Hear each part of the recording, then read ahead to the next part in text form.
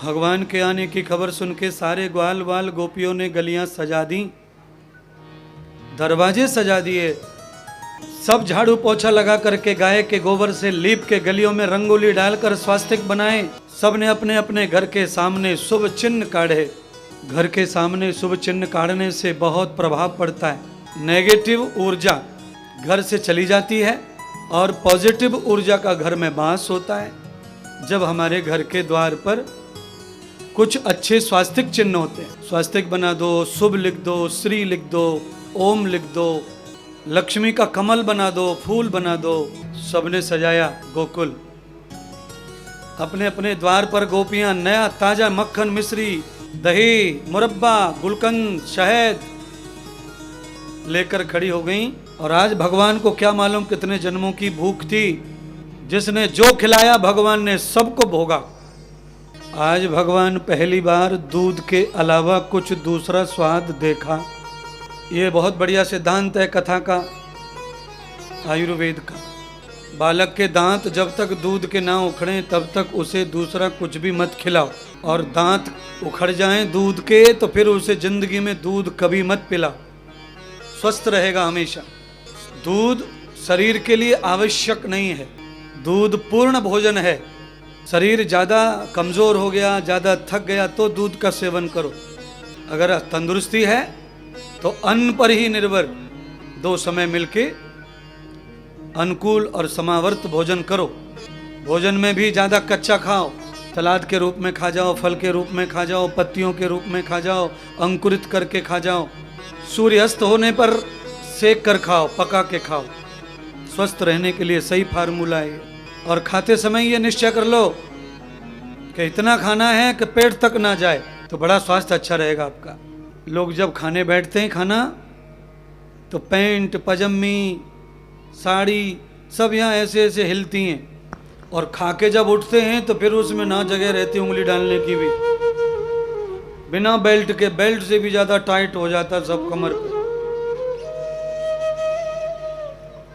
यानी आदमी जब तक खाता है जब तक उसका टाइट ना हो जाए पैंट पजामा, ऐसा नहीं सोच के खाना।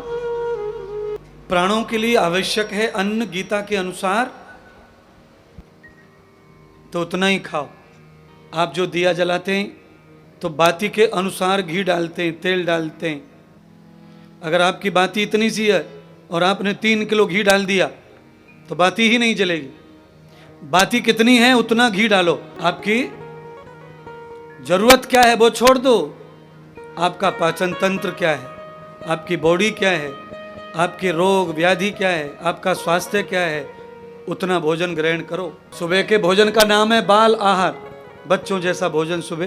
दोपहर के भोजन का नाम है बीमार आहार, बीमारों की तरह खाओ। 1-2 चम्मच खा लिया, आधी पद्दी रोटी खा ली, ठीक है।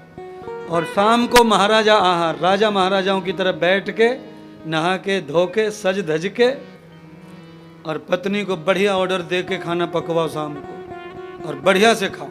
फिर महाराज दिन भर हवा खाओ, सूरज खाओ और दूसरों की खोपड़ी खाओ। जब कोई ना रहे तब रोटी खाओ। शाम को बढ़िया भोजन किया करो। सब लोग कहते हैं शाम को कम खाओ, मैं कह रहा हूँ शाम को ज़्यादा खाओ। सबके कहने से आपने करके देख लिया होगा, तो अब मेरे कहने से करके देख लो 3 महीने। दिन में कच्चा खाओ और शाम को भोजन करो पेट भर के, और रात को 7 घंटे सोओ। सुबह देखो बॉडी में अपने आप चार्जिंग हो जाएगी। गाल अलग चमकेंगे, बाल अलग चमकेंगे, टांगें अलग चमकेंगी, नाखून अलग चमकेंगे, दांत अलग। 2-3 महीने में काले दांत सफ़ेद होने लगेंगे महाराज। शरीर जब गैरेज में है, आराम में है, तब भोजन डालो इसमें। शरीर काम में हो तो भोजन डालने की जरूरत, बीमार पड़ जाएंगे। ब्रेन काम में है तो पचा नहीं सकता, पाचन में है तो काम नहीं कर सकता। इसीलिए भोजन करके नींद सी आती है। भोजन नींद का प्रतीक है, आलस्य का। तो रात को आलस्य मानते नहीं सोने को, रात को धर्म मानते सोना। तो जिस समय धर्म हो नींद का, आलस्य का, उस समय भोजन ले लो। और दिन में धर्म नहीं है सोने का, उसे आलस्य कहते हैं, प्रमाद कहते हैं। तो अन्न से प्रमाद हो तो नुकसान होगा। इसलिए बंधुओं, दिन में सूरज खाओ, हवा खाओ, और इधर उधर घूमते घामते थोड़ा पेड़ पौधों की छाया खाओ, और जब शाम को सब छूट जाए दुनियादारी तब रोटी खाओ, सो जाओ, और सुबह समय पर नींद खुलेगी फिर। अच्छा, दिन भर ठूसते और शाम को खाते नहीं है।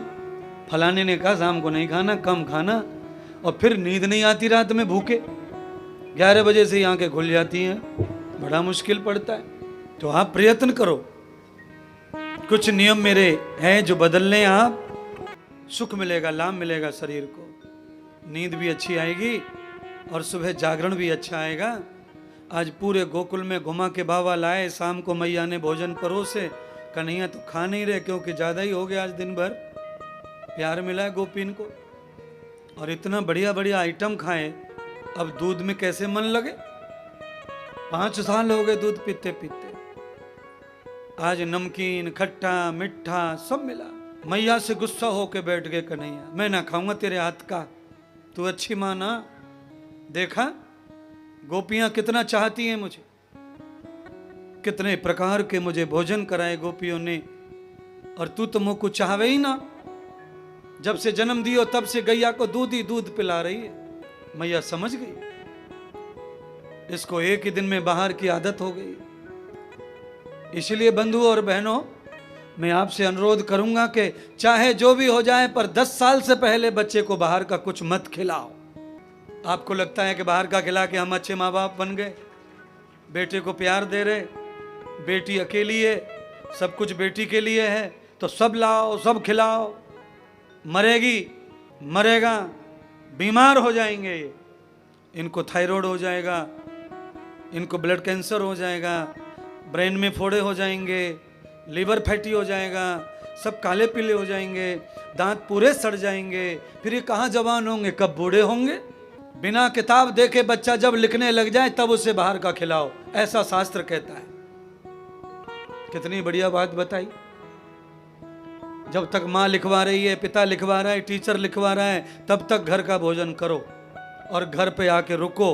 अपने आप लिखने लग जाओगे, टीचर बोल रहा है तुम लिख रहे हो तो जाओ खा लो दुकान पे, मकान पे, कहीं भी, क्योंकि भोजन करने की तरकीब आ जाए तो बच्चा कहीं भी खा ले, भय नहीं है।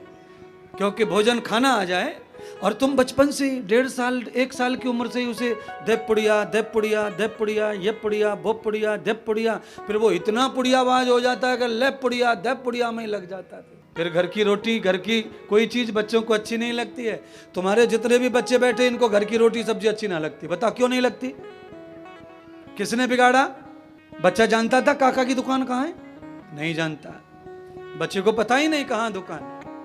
ये सब हमारी करतूत। इसलिए बड़े होने पर बच्चे में जो दोष दिखाई देते हैं वो सब माता पिता के दिए हुए प्रसाद के रूप में दोष हैं। इसलिए घर वालों, माता पिता, चाचा चाची, बड़े भैया छोटे भैया, सब सुधर के देखो। प्यार प्यार में जो बातें हैं वो जीवन का संस्कार बन जाती हैं, और जब वो संस्कार बन जाती हैं तो बदलना मुश्किल पड़ता है। फिर हमारे पास में सिवाय रोने के कुछ हाथ नहीं रहता। यशोदा मैया ने निश्चय किया कि मैं समझ गई ये क्यों नहीं खा रहा है। तो मैया यशोदा आज पहली बार गौशाला अपने हाथों से दूध काट के लाई।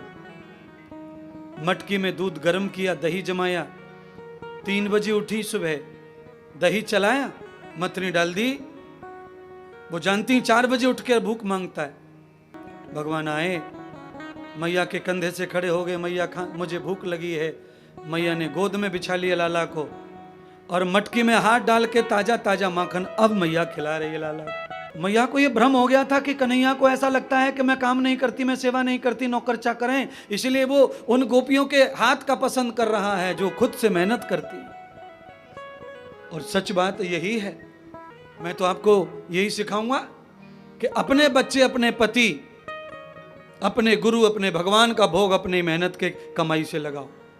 किसी की कमाई, किसी के हाथ का भोग मत दो इनको। अपने हाथों से बनाओ, अपने हाथों से खिलाओ, अपने हाथों से धो, बचे सुख खाओ, लाभ प्राप्त होगा। अरे नौकर चाकर ये सब चीजें सब करो, पर श्री की सेवा खुद करो, भगवान की सेवा खुद करो। क्योंकि हम करेंगे, हम भरेंगे। एक आध दिन दक्षिणा देकर पूजा करवाना अलग बात है, पर रोज के लिए नौकर रख के मंदिर में पूजा करवाना ठीक नहीं है। यजमान के लिए वो तो खुद ही करनी चाहिए। आज भगवान मैया की परीक्षा लेना चाहते हैं, देख रहे हैं कि दूध में और पूत में किसको प्यार करती है, देखो तो सही। जैसे ही भगवान ने गोद में मक्खन खाना शुरू किया, लीला कर दी देवताओं को बुला के, हे अग्निदेव, हे वायुदेव, आओ चूल्हे में घुस के तमाशा करो, लीला करो। चूल्हे में आए अग्नि प्रकट हो गए, वायु के वेग से अग्नि तेज हो गई। चूल्हे पे रात का दूध बचा रखा, फटाक से गर्म हो गए, उफन गया। भगवान ने मैया को इशारा किया, ओ भोली, ओ माँ, तेरा दूध गया, दूध गया, दूध गया। मैया ने देखा, हाँ हाँ दूध फैल गया। अरे बाबा को पता चला तो डांटेगा। कन्हैया जी को पटक दिया, दूध का जाके मलरी उठाई। और जैसे ही भगवान ने उठाया, दूध का मलरा उठाया, उंगली जल गई, दूध पटक दिया, फूट गया भगवान, मटकी टूट गई। भगवान ने इधर दही को लात मार दिया, इधर ये भी मटकी टूट गई। दूध और दही आंगन में लत्थम लत्था हो गए महाराज। मैया चिढ़ गई, गुस्से में आ गई मैया। और मैया को कुछ हाथ न लगा, कुछ पड़ा था वही उठा लिया, उसे छड़ी कहते हैं। अब भगवान भागे मैया के डर से, और पीछे मैया, आगे भैया। कुल मिलाकर के संजू शर्मा ये कथा ये कह रही है कि भगवान ये शिक्षा दे रहे हैं कि हम चाहे जितना सामर्थ्यवान बेटा बन जाएं, पर माँ के और पिता के आंखों से हमें हमेशा ही डरते रहना चाहिए। जो माता पिता के नेत्रों से डरता है, जिसे गुरु भगवान का, जिसे पाप का डर आंखों में बैठा है, वो कभी निकम्मा हो सकता